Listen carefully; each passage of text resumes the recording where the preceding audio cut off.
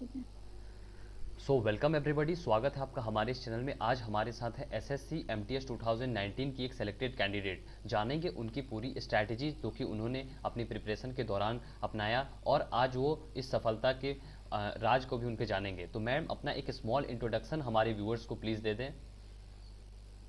जी, मेरा नाम नंदिनी सोनी है और हम बिहार के एक स्मॉल टाउन से बिलोंग करते हैं।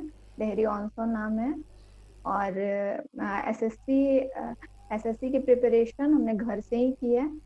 सारी प्रिपरेशन कहीं भी बाहर या फिर बाहर नहीं क्लासेस लिए हैं। सारी क्लासेस घर से ही की है, ऑनलाइन प्लस ऑफलाइन दोनों। ओके। और आपके कितने मार्क्स आए थे एसएससी एमटीएस में? ये मेरे एसएससी एमटीएस में रॉ मार्क्स थे 88.5 और नॉर्मलाइज्ड मार्क्स 94.3। ओके, तो नॉर्मलाइज्ड मार्क्स आपके 94.2 बहुत ही अच्छा मार्क्स है ये कि। और इतने मार्क्स यूजुअली कैंडिडेट्स को नहीं आते। और रैंक कितनी थी आपकी? 671 rank all over India. Okay, 71 और मीन्स आपकी लिस्ट में 71 रैंक। 671। तो बहुत ही अच्छी रैंक थी। ओके, और एक बार मैं आपको सबसे पहले मुझे पहले में ही कहना चाहिए था, बधाई आपको दे देनी चाहिए थी, लेकिन अब मैं आपको फिर से बधाई देना चाहूँगा कि आपने बहुत अच्छा रैंक सिक्योर किया है। और उम्मीद करते हैं कि आप अपने फ्यूचर्स जो कि गोल आपके गोल हैं, आप उसमें सफल रहें। ओके, तो अब मैं आता हूँ अपने मेन थैंक यू इस सो मच। सेगमेंट की ओर कि यूजुअली एसएससी एमटीएस में more than 10 lakh students appear होते हैं। ओके, और सीट्स बहुत ही कम हैं। तो आपने क्या क्या अपनी स्ट्रैटेजी अपनाई प्रिपरेशन? कब आपने जो है वो प्रिपरेशन स्टार्ट किया था? प्रिपरेशन मेरी स्टार्ट हुई थी 2018 में।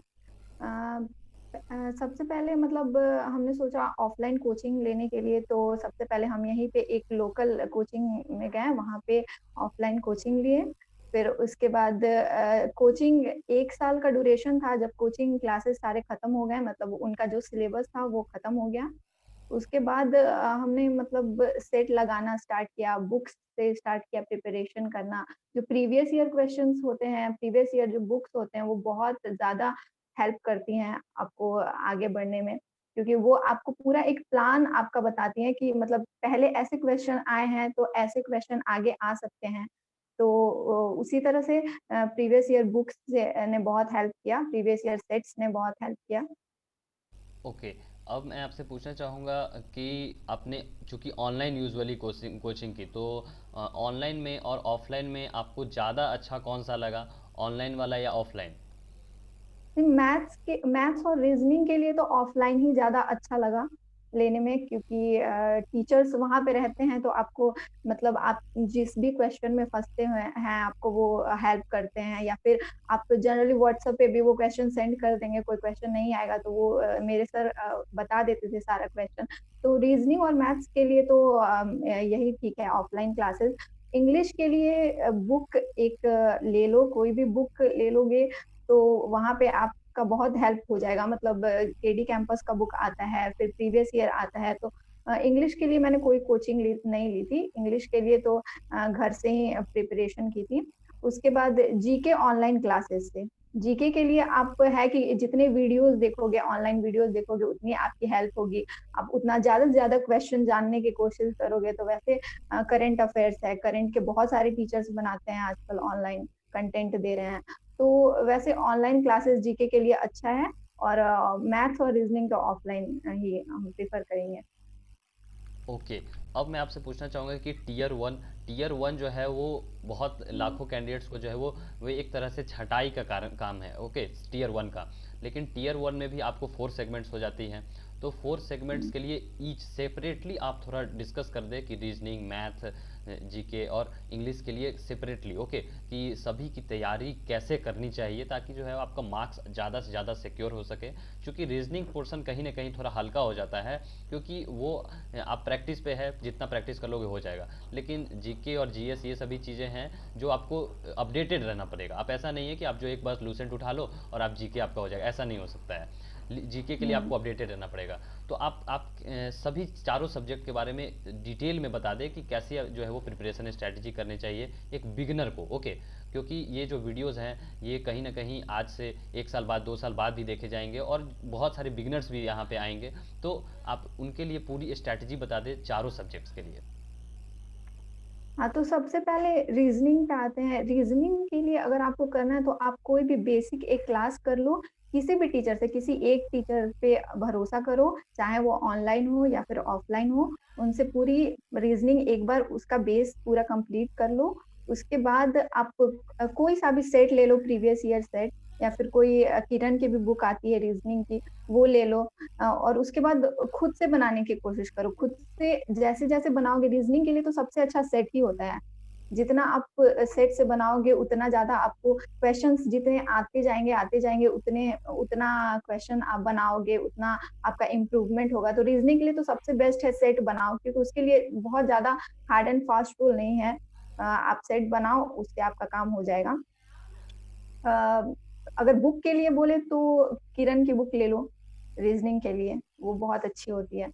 फिर मैथ्स के लिए भी वही है, आप अपना बेस कहीं से भी ऑफलाइन, चाहे ऑफलाइन क्लास लो या फिर ऑनलाइन क्लास लो, एक बार बेस आपका हो जाए, उसके बाद आप धीरे-धीरे सेट पे आओ। फिर जब आप सेट पे मूव करोगे तो एक किरण की बुक आती है 1900 प्लस, वो वाली वो वाली बुक ले लो, उससे चैप्टर वाइज़ क्वेश्चन बनाओ, बनाते रहो।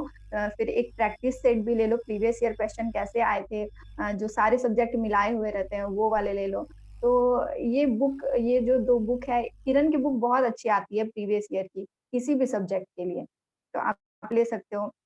उसके बाद अगर इंग्लिश पे आएँ तो इंग्लिश अगर बिगिन करना है तो इंग्लिश के लिए आप प्लिंथ टू पैरामाउंट एक बुक आती है इंग्लिश की।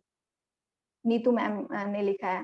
तो वो वाली बुक ले लो, प्लेन टू पैरामाउंट की। उसमें सारे रूल्स लिखे रहते हैं अच्छे से, हिंदी, इंग्लिश दोनों में लिखे रहते हैं, तो जिसको इंग्लिश में प्रॉब्लम है उसके लिए भी ईज़ी हो जाता है। आप रूल्स को पढ़ लोगे अच्छे से। फिर जैसे-जैसे अब आपका बेस हो गया इंग्लिश में, उसके बाद आप क्या करो कि एक प्रीवियस ईयर बुक वही किरण वाली ले लो इंग्लिश की, फिर उससे बनाओ, उससे बनाते-बनाते हैबिट हो जाएगा, फिर उसके बाद इम्प्रूवमेंट आप खुद देखोगे कि इम्प्रूव हो रहे हैं धीरे-धीरे करके, जैसे-जैसे हम बनाते जा रहे हैं बुक को, वैसे-वैसे हमारे में इम्प्रूवमेंट आ रहे हैं। ओके, और इंग्लिश। बचा जीके, तो जीके के लिए आप क्या कर सकते हैं कि जीके के लिए भी एक बुक ले लें, प्रीवियस ईयर बुक ले लें, उससे भी पढ़ें और साथ-साथ ऑनलाइन क्लासेस लें, करंट की क्लासेस लें। करंट के अभी बहुत सारे टीचर हैं, वाई-फाई स्टडी पे भी पढ़ाई होती है करंट की, तो वहाँ से भी आप कर सकते हैं, वहाँ से भी पढ़ाई कर लो। करंट भी कंप्लीट हो जाएगा, जीके भी साथ-साथ कंप्लीट होते रहेगा।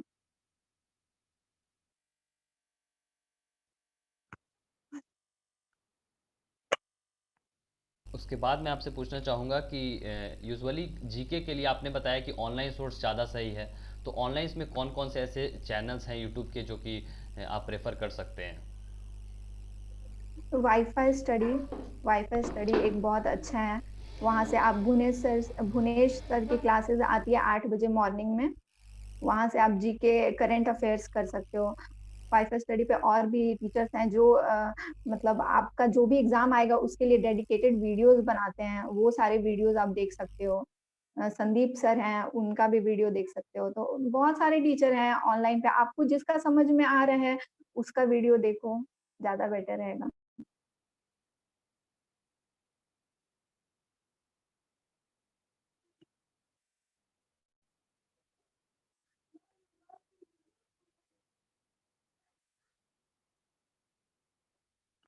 म्यूट हो गई है वीडियो। मैं आपसे पूछना चाहूँगा कि आपने कौन-कौन सी जो है वो टेस्ट सीरीज़ जॉइन की थी, ऑनलाइन या ऑफलाइन में?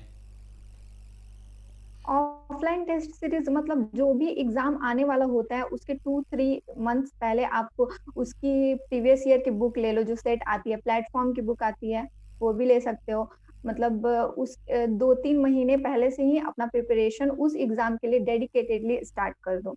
मतलब अभी 2-3 मंथ बाकी हैं तो आपने कोई वो सब्जेक्ट के लिए एक बुक ले लिया, उससे सेट लगा रहे हो। ऑनलाइन अगर चाहो तो ऑनलाइन भी लगा सकते हो, लेकिन मैंने कभी कभी टेस्ट सीरीज परचेज किया ही नहीं है। ऑफलाइन ही ऑफलाइन लगाते हैं और ऑफलाइन में ही आप टाइमर लगा लो फ़ोन में, टाइमर के साथ-साथ अपना सेट करते रहो, हो जाएगा। ओके, तो चूँकि जो है ये एसएससी का जो एग्ज़ामिनेशन होती है वो टोटली जो है वो ऑनलाइन बेसिस पे होती है। तो ऑनलाइन को आप कैसे मैनेज करती थी? क्योंकि आपने तो कहा कि आप ऑफ़लाइन यूजुअली प्रेफ़र करती थी, लेकिन जो टेस्ट होती थी वो ऑनलाइन, तो क्या आपको इसमें कभी कोई परेशानी नहीं हुई?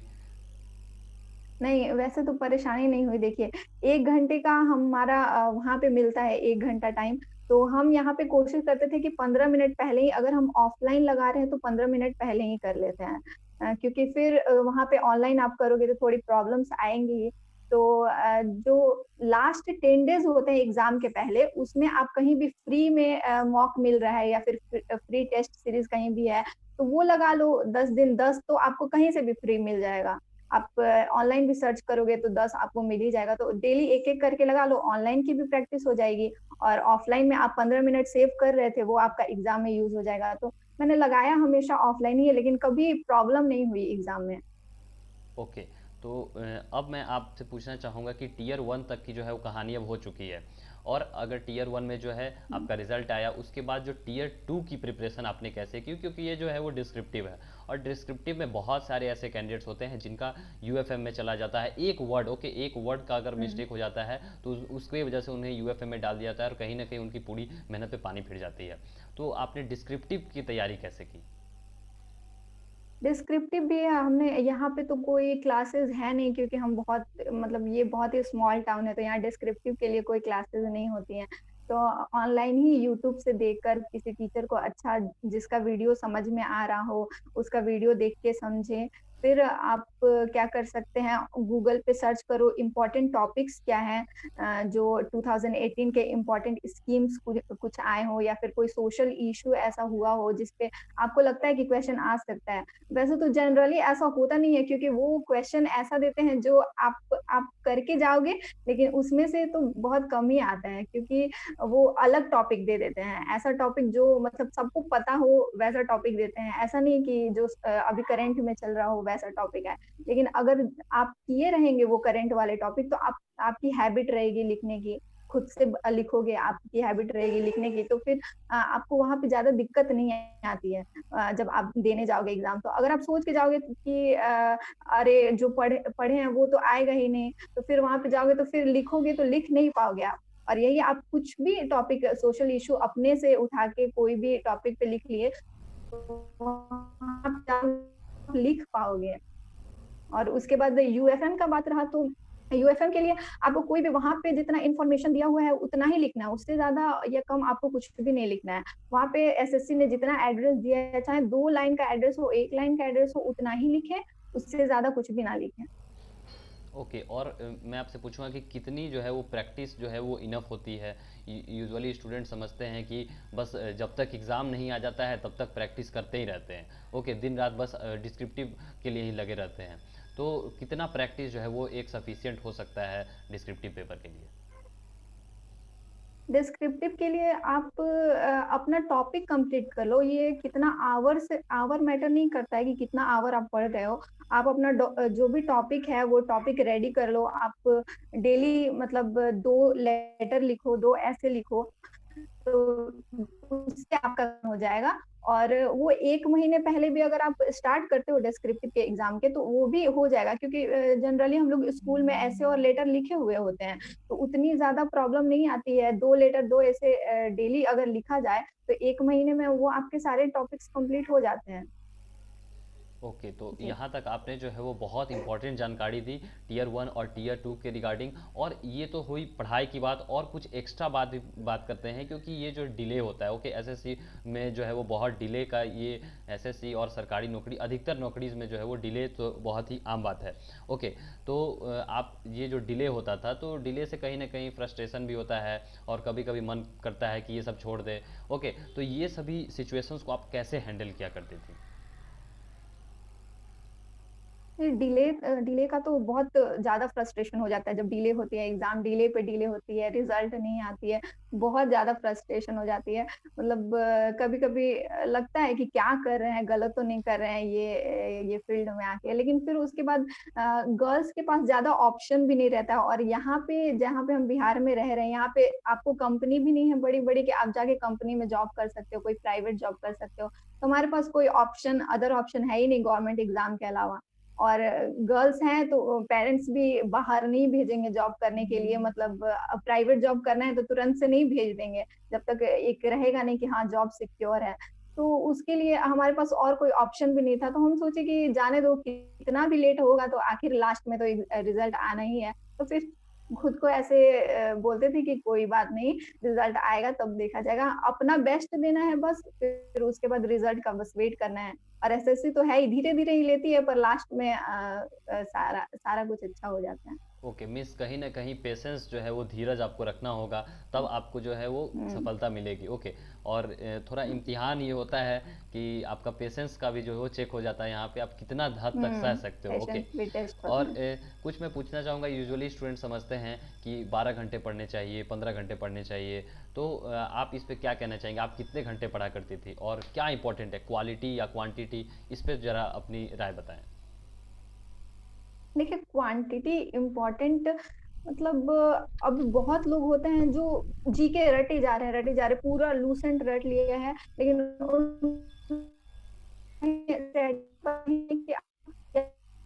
नहीं पढ़ना है। क्या पढ़ना है वो तो सब लोग बता देंगे आपको, लेकिन क्या आपको नहीं पढ़ना है वो भी जानना बहुत ज़रूरी है। क्योंकि लूसेंट है, लूसेंट में आजकल सारे टॉपिक नहीं आ रहे हैं, तो आप सारा पढ़ लोगे तो आपके दिमाग में मतलब वही पढ़ने में टाइम भी निकल जाएगा। तो इससे अच्छा मतलब आप पहले प्रीवियस ईयर क्वेश्चन इसीलिए हम बोल रहे हैं, प्रीवियस ईयर सेट आप लगाओगे तो आपको आइडिया मिल जाएगा कि इस टॉपिक से इतने क्वेश्चंस आ रहे हैं, ये टॉपिक इम्पोर्टेंट है क्योंकि बार-बार आ रहा है। तो वो टॉपिक आप पढ़ोगे, उस टॉपिक पे फोकस करोगे, उसका अच्छे से पढ़ोगे। तो यही है कि मतलब आपको इम्पोर्टेंट है, अपना स्ट्रैटेजी बनाओ, अपना देखो कि सिलेबस में क्या है, मतलब एक अपना होना चाहिए। जो दुनिया कर रही है उससे थोड़ा अलग एक चीज़ होनी चाहिए कि हाँ, हमें ये पढ़ना है, इतना पढ़ना है क्योंकि ये सारा पूरा दुनिया जानती है ये है। लेकिन हम जैसे-जैसे पढ़ेंगे और जैसे-जैसे वो क्वेश्चन को देखेंगे तो पता चलेगा कि हाँ, ये है तो इतना पर उसमें से सिर्फ इतना ही रहा है। तो वैसे आपका हो जाएगा। मीन्स एनालिसिस करना बहुत इंपॉर्टेंट है। अगर आप एनालिसिस नहीं बहुत कर पा रहे हो तो कहीं ना कहीं आपकी ये जो है एग्जामिनेशन अच्छे से आप प्रिपरेशन नहीं कर पा रहे हो। तो प्रीवियस ईयर का आपने हुँ, हेल्प लिया और बहुत लोग एनाल होते हैं बहुत लोग होते हैं जो मतलब बहुत दिन-रात बहुत ज़्यादा पढ़ते हैं, पूरा जीके रट लिया है, पूरा मतलब मैथ्स के क्वेश्चन करे जा रहे हैं, करे जा रहे हैं। लेकिन आपका आपका एग्ज़ाम का लेवल भी तो देखो, आपका अभी सीजीएल वाला लेवल नहीं है, तो उस लेवल के क्वेश्चन नहीं आएँगे। जनरली एमटीएस में कम लेवल के ही क्वेश्चन आते हैं। वैसे भी सीजीएल करना तो सबको है क्योंकि बाद में जो एमटीएस करेगा, वो सीजीएल के लिए ट्राई ज़रूर करेगा। लेकिन अभी अगर आपका एग्ज़ाम 2 मंथ में है, तो आप उसी लेवल के क्वेश्चन बनाओ जो एमटीएस में आ सकते हैं। सीजीएल वाला सीजीएल के टाइम बनाना। ओके, तो मीन्स आपको एनालिसिस करनी है और आपके वीकनेस पॉइंट, वीक पॉइंट कहाँ है उसे बस स्ट्रॉन्ग करना है। ओके, बहुत इंपॉर्टेंट आपने ये भी सभी बात बताई। और मैं पूछना चाहूँगा कि बहुत सारी आपने सिर्फ एमटीएस पे भी डिपेंडेंट तो रही नहीं होंगी, और भी अदर एग्जामिनेशंस पे आप भी डिपेंडेंट होंगी। तो और कौन कौन सी जो है वो एग्जामिनेशंस जो जिसके लिए आप एस्पायर कर रही थी? फिर सीएचएसएल 18 का एग्ज़ाम हमने दिया है, उसमें टाइपिंग हो गई है, तो उसका डीवी बाकी है और टाइपिंग का रिज़ल्ट आना बाकी है वो। फिर आगे अभी तो मेरा ग्रेजुएशन नहीं हुआ था, तो अभी ग्रेजुएशन जस्ट रिसेंटली हुआ है, तो उसके बाद सीजीएल के लिए भी अप्लाई करेंगे। डबल एओ मेरा टारगेट है, डबल एओ करना, तो उसके लिए पूरा एफर्ट लगाया जाएगा। ओके, तो आपने ये भी बताया कि आपका जो है वो सी एच एस एल 2018 में भी जो है वो टाइपिंग हो चुका है। तो ये जो है वो डिफरेंट एग्जामिनेशंस को कैसे मैनेज कर पाते हैं, क्योंकि कहीं ना कहीं सिलेबस अलग थोड़ा सा बढ़ जाता है सी एच एस एल का, और लेवल भी बढ़ जाता है, क्योंकि अगर डिस्क्रिप्टिव की बात करें तो एम टी एस में जो आपके पास ऑप्शंस रहती हैं, लेकिन जो डिस्क्रिप्टिव है अगर सी एच एस एल की, तो उसमें आपके पास ऑप्शंस नहीं है, जो दो आपके पास दिया गया है उसी पे आपको लिखना है। तो कैसे आप मैनेज कर पाते हैं वेरियस एग्जामिनेशंस को? देखिए, जहाँ तक आपका बात है टायर 1 का, तो वो तो ऑलमोस्ट पैटर्न उसका सेम रहता है, बस लेवल ऑफ डिफिकल्टी अलग रहता है सीएचएसएल, सीजीएल में एमटीएस के कंपेयर में। तो वो जब आप एमटीएस की प्रिपरेशन करते हो तो आपका बेस एकदम अच्छा बन जाता है। उसके बाद आपको थोड़ा-सा और हार्ड वर्क करना होता है। थोड़ा-सा हार्ड वर्क करेंगे तो सीएचएसएल और सीजीएल का भी प्री निकल जाएगा। उसके बाद आता है डिस्क्रिप्टिव में, तो डिस्क्रिप्टिव में भी आप ज़्यादा नहीं तो मतलब मेरा भी डिस्क्रिप्टिव में कोई 70-80 नहीं आया था, मेरा भी 50 आया था आउट ऑफ 100 सीएचएसएल में। तो आप कम से कम टायर 1 में इतना मार्क्स ला दीजिए कि टायर 2 में अगर आपकी उतनी अच्छी प्रिपरेशन नहीं है, आपको लग रहा है कि टायर 2 मतलब मेरा उतना अच्छा नहीं है, तो टायर 1 में इतने अच्छे मार्क्स ला दीजिए कि टायर 2 में अगर आप ज़्यादा अच्छा ना भी ला पाएँ तो आपका बैलेंस हो जाए। ओके, तो ये भी आपका जो है वो एक इसमें भी उम्मीद करते हैं कि आपका जो है वो सिलेक्शन हो, तो फिर जो है वो एक सक्सेसफुल आप हाँ जी। फाइनल मेरिट लिस्ट में नाम आए तो हम इंटरव्यू कैरी करेंगे। ओके, और एक मैं बात पूछना चाहूँगा कि मोटिवेशन क्या था आपका, सोर्स ऑफ मोटिवेशन क्या था? क्योंकि कहीं ना कहीं ये डिले होता है और फ्रेंड्स कहते हैं कि मैं इसमें जा रहा हूँ, मैं इसमें जा रहा हूँ, तुम भी चलो। ओके, तो क्या आप अपने फ्रेंड्स के बातों को मानी, या फिर क्या मोटिवेशन क्या था आपका कि मुझे ये सरकारी नौकरी ही चाहिए? इसका मेन सोर्स ऑफ मोटिवेशन अपना बताएं। जी, हम एक बिज़नेसमैन फैमिली से हैं, यहाँ पे कोई भी गवर्नमेंट जॉब में अभी तक नहीं है। तो मेरा सोर्स ऑफ मोटिवेशन तो यही था कि ना कोई लड़का है, ना कोई लड़की है, तो अगर हम ये करते हैं, तो हम अपने घर में सबसे पहले होंगे। घर में क्या, अभी तक के सारे जनरेशन में किसी ने गवर्नमेंट जॉब नहीं किया है। तो वही मेरा सोर्स ऑफ मोटिवेशन मेन तो यही था कि अगर हम करेंगे तो हम फर्स्ट होंगे, लड़का-लड़की दोनों में, कि हम कर रहे हैं, हाँ, गवर्नमेंट जॉब है इनकी बेटी की। तो वही सबसे बड़ा सोर्स ऑफ मोटिवेशन था। कभी भी ऐसा फ़ील होता था, लो फ़ील होता था, तो यही सोचते थे कि अगर हम कर लेते हैं तो ये बहुत बड़ी बात होगी मेरी फैमिली के लिए, पूरे मतलब सबके लिए, तो यही था। तो कोई ना कोई आपके, अगर आप एसएससी के या फिर कोई भी गवर्नमेंट जॉब की अगर आप प्रिपरेशन करो, तो एक सोर्स ऑफ मोटिवेशन होना चाहिए। जैसा कि मैम आपका था कि ये मुझे जो है वो फैमिली में फर्स्ट अपना जो है वो गवर्नमेंट एम्प्लॉय बनना है, और ऐसा कहीं ना कहीं अभी तक आपने अपना जो सिलेक्शन करके अपना दिखा दिया कि हाँ मैं कर सकती हूँ। ओके, और इस वजह से जो है आपके अब पेरेंट्स को भी आप पे सपोर्ट मिलेगा, और उन्हें भी कहीं ना कहीं विश्वास हो चुका होगा कि हाँ हमारी बेटी कर सकती है, और वो आपको अब आगे जाने के लिए भी सपोर्ट कर सकते हैं, सीजीएल के लिए, यूपीएससी के लिए, और भी अदर एग्जामिनेशंस के लिए। ओके, तो अब आपकी मैं बिल्कुल। पूछना चाहूँगा कि फ्यूचर गोल्स आपकी क्या क्या हैं, आप आगे जाके क्या करना चाहती हैं? क्योंकि आपकी जो है वो ग्रेजुएशन जो है वो कंप्लीट नहीं हुई है, तो अभी आपके लिए पूरा अपॉर्चुनिटीज़ खुला नहीं है। ओके, तो लेकिन आपकी फ्यूचर गोल्स क्या क्या, आप क्या आगे जाके फाइनली 10 साल बाद, 15 साल बाद आप अपने आप को कहाँ देखना चाहती हैं? वैसे तो अभी के लिए 4 रिसेंटली 4-5 साल के लिए सीजीएल का डबल एओ है। सीजीएल में असिस्टेंट ऑडिट ऑफिसर बनना है। उसके बाद अगर वहाँ पे जाके अगर हमको वो अचीव करने के बाद सैटिस्फाई फील हुआ तो उसके बाद कुछ नहीं करना है। उसके बाद उसी में जनरल प्रमोशन लेते रहना है डिपार्टमेंट वाइज़। नहीं तो अगर वहाँ पे जाके सैटिस्फैक्शन नहीं मिला तो फिर यूपीएससी की तैयारी करनी है। ओके, तो आपने अपना फ्यूचर गोल्स भी बताया, बहुत अच्छा लगा जानकर। और कुछ बोनस टिप्स जो कि आप देना चाहें हमारे व्यूअर्स को, क्योंकि आपने इतने अच्छे जो है वो रिज़ल्ट आपने लाए हैं, और आपने बहुत अच्छा एक्सपीरियंस भी किया होगा अपने लाइफ में कुछ प्रिपरेशन के दौरान, तो कुछ एक एक्स्ट्रा बोनस टिप जो आप देना चाहें स्टूडेंट्स को, और यूजुअली गर्ल्स को भी। ओके, क्योंकि गर्ल्स को जो है उतना मोटिवेशन नहीं मिल पाता है, और वे यूजुअली पेरेंट्स समझते हैं कि घर लड़की जो है वो पराए घर की बेटी है। तो इस सेंस में आप कुछ मोटिवेशन और बोनस टिप्स देना चाहें हमारे कैंडिडेट्स को? यही है कि मतलब हर किसी के लाइफ में एक ना एक ऐसा चीज़ होता है जो उसको मोटिवेट करता है। कोई ना कोई ऐसी चीज़ होती है, कोई ऐसी बात होती है कि जैसे मेरे में थी कि कोई मेरे फैमिली में नहीं था तो हमको वो करना था, ये अचीव करना था। तो वैसे ही हर किसी के लाइफ में एक पर्सनल मोटिवेशन ज़रूर होता है। तो जब भी लो फील करो उस पर फ़ोकस करो कि वो हाँ, इस वज़ह से करना है। ये सोचो कि स्टार्ट किस लिए किए थे। जब स्टार्ट कर ही दिए हो तो फिर उसको फाइनल करो। या अपना सोचो कि जब स्टार्ट किए थे तो क्या सोच कर स्टार्ट किए थे, तो वो बहुत डिपेंड करता है इस पे। और जहाँ तक गर्ल्स की बात है, तो गर्ल्स को तो डेफ़िनेटली आजकल मतलब सेल्फ डिपेंडेंट होना तो बहुत ज़्यादा ज़रूरी है। तो मतलब पेरेंट्स को भी चाहिए कि अपनी बेटी को सपोर्ट करें, उनको पढ़ाएँ, जो भी वो चाहती हैं बनना, उनको हेल्प करें बनने में। और गर्ल्स को हमेशा ये सोचना चाहिए कि किसी पे भी आजकल भरोसा नहीं किया जा सकता है आगे चल के पार्टनर पे, या किसी के पे भी उतना ज़्यादा ट्रस्ट नहीं किया जा सकता है कि अगर मतलब कभी लाइफ में इतनी प्रॉब्लम हो जाए आप आपके बीच, तो ऐसा ना हो कि आप फिर मतलब आपके पास कोई सोर्स ही ना हो। तो इसलिए डिपेंडेंट अपने आप पे डिपेंडेंट बनो, और ये बहुत ज़्यादा इम्पोर्टेंट है, और इसी को सोच के, इसी को मोटिवेशन मानो कि आगे फ्यूचर में सेल्फ डिपेंडेंट रहेंगे, इसी को मोटिवेशन मान के और अपना पढ़ाई जारी रखो।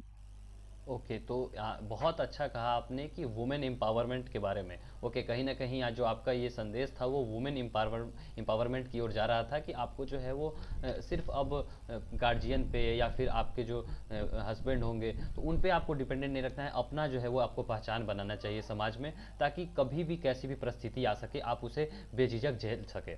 ओके, तो बहुत अच्छा लगा मैम आपसे बात करके, और उम्मीद करते हैं कि सभी आपकी जो ज्वाइनिंग की प्रक्रिया है, फाइनिंग ज्वाइनिंग लेटर ज्वाइनिंग हो जाए आपकी, और सभी चीज़ें अच्छी से हो। और उम्मीद करते हैं कि आप अपनी ग्रेजुएशन के बाद जो है वो CGL के AO के ऑफिसर बने, और अगर हो सके तो वो UPSC में भी। Okay, so thanks for watching and बहुत अच्छा है। आप जो भी व्यूवर्स हों एक बार please congratulations at least comment box में ज़रूर लिखते मैम के लिए, और आपकी क्या राय है आप भी जो कमेंट बॉक्स में ज़रूर लिखें। सो थैंक्स मैम, आप हमारे चैनल पे आई और हमारे व्यूवर्स को इतना बताया, और जो लाखों कैंडिडेट्स जो कि अभी एस्पायर कर रहे होंगे और आने वाले सालों में भी करेंगे, उनके लिए भी ये कहीं ना कहीं वीडियो इन्फॉर्मेटिव होगा और मोटिवेशनल होगा। So thank again ma'am, and have subscribe to the channel. Thank you everybody.